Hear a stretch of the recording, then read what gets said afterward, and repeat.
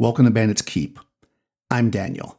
Today I'm going to talk about runes, sigils, magic mouths, messengers, and that was more or less the title of the email that was sent to me by a viewer, Albert. Thanks, Albert. They go on to talk about how these things can be really interesting in a campaign, and they were curious what my thoughts on them. They then kind of start talking about hobo code and things like that, which I think is a different video for me anyways. I don't group those things necessarily together, although maybe they could be. If you're interested in that, let me know. Maybe we'll do another video about that. I put those in the category of mundane, and what we're going to talk about today is more arcane. So I'm going to talk about each one of those categories on some level, how I've used them, how you might use them, and of course I'd be curious how you have used them or if you have any ideas that spring from this. So let's just start right off with runes. You've got some games like Hyperborea, for instance, that has a rune graver character where they use the runes to cast spells. They put blood into them, stuff like that. But I think as we're developing, and you could develop your world around that, of course, but I think adding them to adventures, the simplest way to do it and the most common way that I do it is to use runes as ways to prevent, block, or protect. It could also be used to kind of trap, right? Which we'll talk about a little bit. But if we think about this, let's say you're a wizard and you've got this entrance to your tower and let's say there's a ground is in front of it, like around the tower. There you carve a series of ancient runes. These runes are basically a protective measure. They cast an anti-magic shell around that area, so anything passing through it's kind of like you go through a dead zone, right? So you can't shoot spells into it. And of course, those things only don't pass through lead, so you have lead inside your tower. That's a whole other video. But anyways, you've got this out there to prevent any magical attacks. You've got it maybe set up so that if you step across, harm is caused to you, or fire shoots up or something to keep people away. Maybe an alarm goes off. But they're in the form of runes because anyone who can interpret and understand the rune can get past it. That is to say that wizards, at least in my mind and the way I like to think of them, are a little too smart for their own good. They think, hey, listen, nobody's going to be able to interpret my rune, so I'm just going to put it out there in plain sight. If you are a powerful enough person and you can take the time and figure it out, you can come in. Otherwise, go away. And that's kind of the idea here. These things are out there. And of course, a lot of times in games, the wizard or whatever has moved on a long time ago, and this tower is deserted because nobody can get to it. And the player characters, hopefully, are trying to figure out a way that they can overcome this, perhaps by copying them, studying them, casting anti-magic against them, dispel magic or something to that effect, whatever works. Now, yes, dispel magic generally dispels magic, but with something that's engraved and etched and formed and created like this, I would treat it more like a magic item, where it wouldn't necessarily just, dispel magic, it's gone. It might help you to bypass it temporarily. It might reduce some of its effects, something like that, but I wouldn't just let it go away. I would make this one of those things that the player characters need to figure out. Or perhaps if this is a shorter adventure and you don't want to get into all that, they may have been hired by somebody who figured it out. There was an adventure, also in Hyperborea, where the adventure starts off with the player characters being hired by a certain person who knows where a certain thing is that they're looking for. So they hire the player characters because they need protection, right? So they go into this, and of course, adventure expands from there. But same kind of thing. You are an academic, and you are maybe older or not an adventurer anymore or never were very tough, and you have broken the code, right? You've looked through these books, you figured it out. You hire a group of adventurers to go with you, to transport you to this place.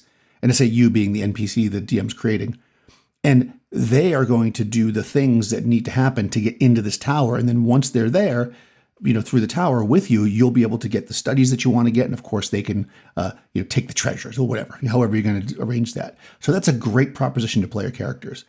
But also, this is great in like a sandbox type world where, again, I've talked about this before, where you've got these things. And I know some people comment and they don't like this kind of stuff where you encounter something that you can't solve right now.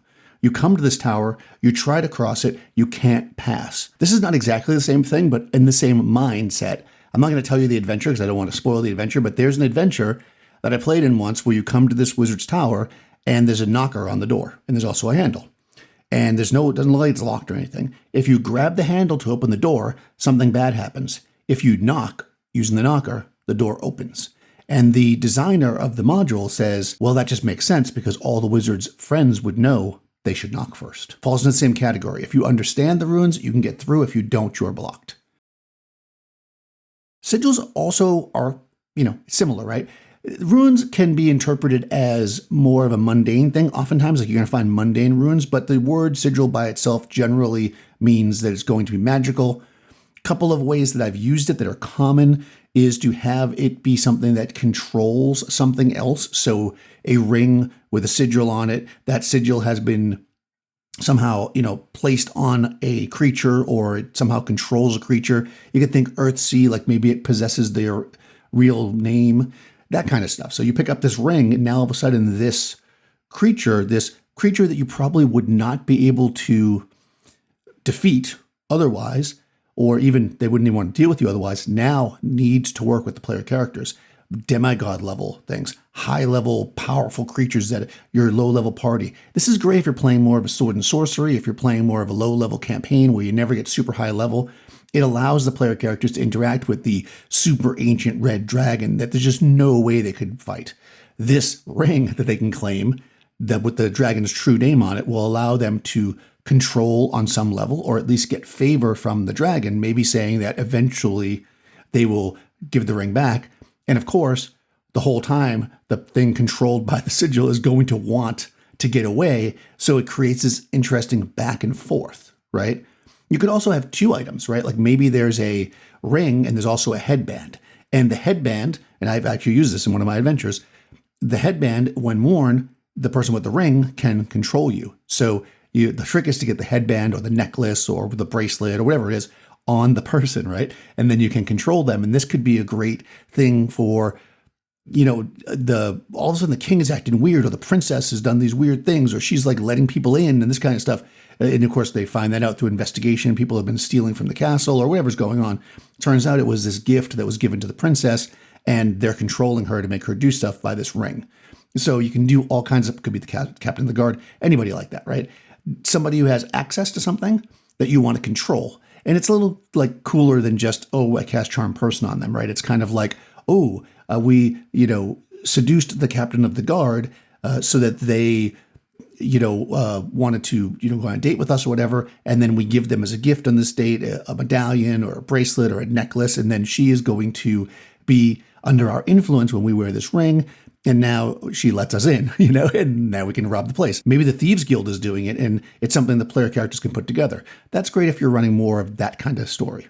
Another thing sigils are cool for is you can temporarily grant the player characters power, right? You can say, wow, there's no way that you'd be able to kill this Lich King, but this great cleric who can't go fight them for whatever reason will imbue your sword, right, with magic by writing a sigil on it. But once that sigil is used to destroy the Lich, it will destroy the sword as well. So the Lich is hard to hit because they got armor class, whatever craziness, or they've got all kinds of defenses. But once you can hit them with that sword, they're gone. Like an arrow of dragon slaying, like they have in some editions of the game. That kind of thing, right? Could be temporary, but generally is always going to be magic. So when you see a sigil, they're glowing, you know they're magic. Runes could just be markers. All right, let's talk about Magic Mouths, because Magic Mouth is a great spell. Love it. I use this a lot, actually.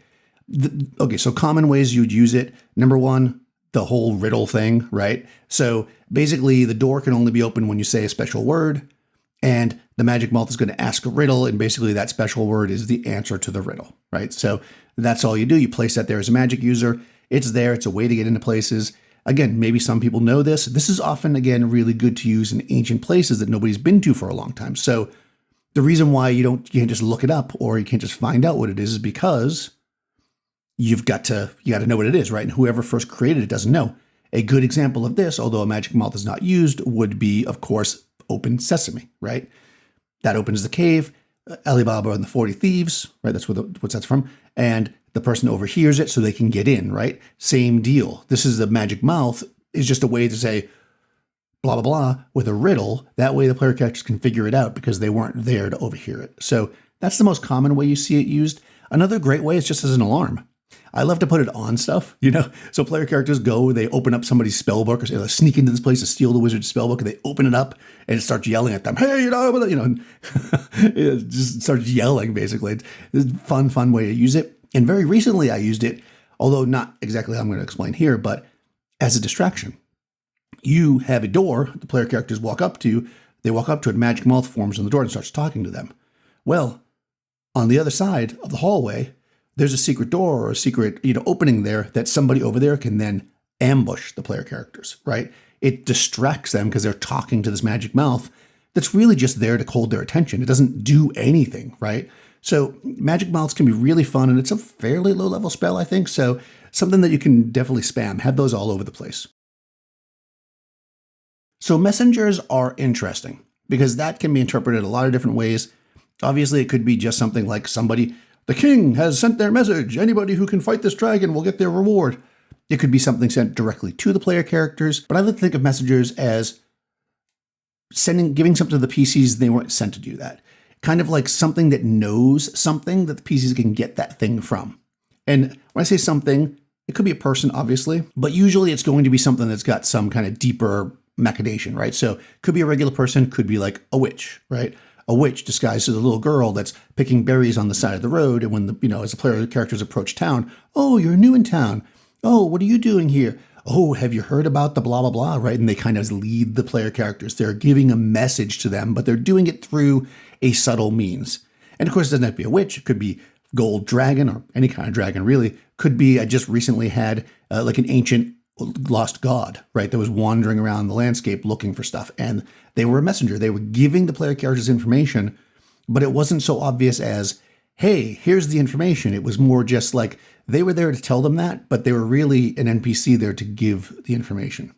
And they weren't just, I put a random NPC that knew something because I want the player characters to know it. They were a character in the world, and I had a reason why this god wanted the player characters to know. Also in my world, pretty commonly, I use talking trees and most commonly talking birds. And I love to use talking birds. That's the old thing a little bird told me. I love talking birds because birds fly around. Birds travel massive distances, even the small ones, right? They go so far. So they're seeing things, they're listening, they're hearing things, they're spreading rumors, right? Birds are out there as great rumor spreaders. So they're my favorite messengers. And I love in my worlds, it's not all birds that talk. So I often have you have these little comical moments where the player's like running around the woods, like trying to talk to birds. And they're just like, tweet, tweet.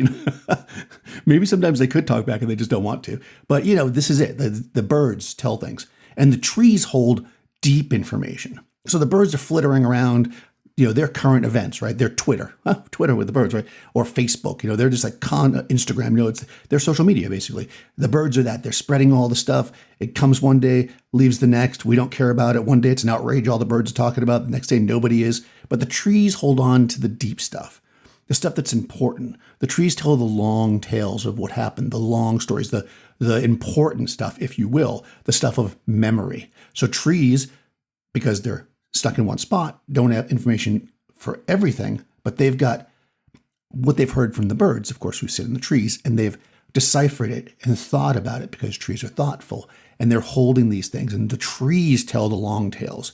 So when they go to the tree, or the tree talks to them because they can't near it, they're getting something a little bit deeper and maybe not up to date, but maybe it has a little bit more thought behind it. So as I said, this is just how I use them. I would love to know how you use them. If you want to hear, or my thoughts maybe on more like hobo code and stuff like that, which would fall more into the runes. I'll just quickly say that for that just comes down to the runes, knowing how to interpret it and just in a more generally mundane way. But Thieves Guild and all that can be really super fun to talk about. So let me know if you're interested in that. Thanks for watching this far. If you've been liking the video, please do like it. It helps with the algorithm. Also subscribe to the channel.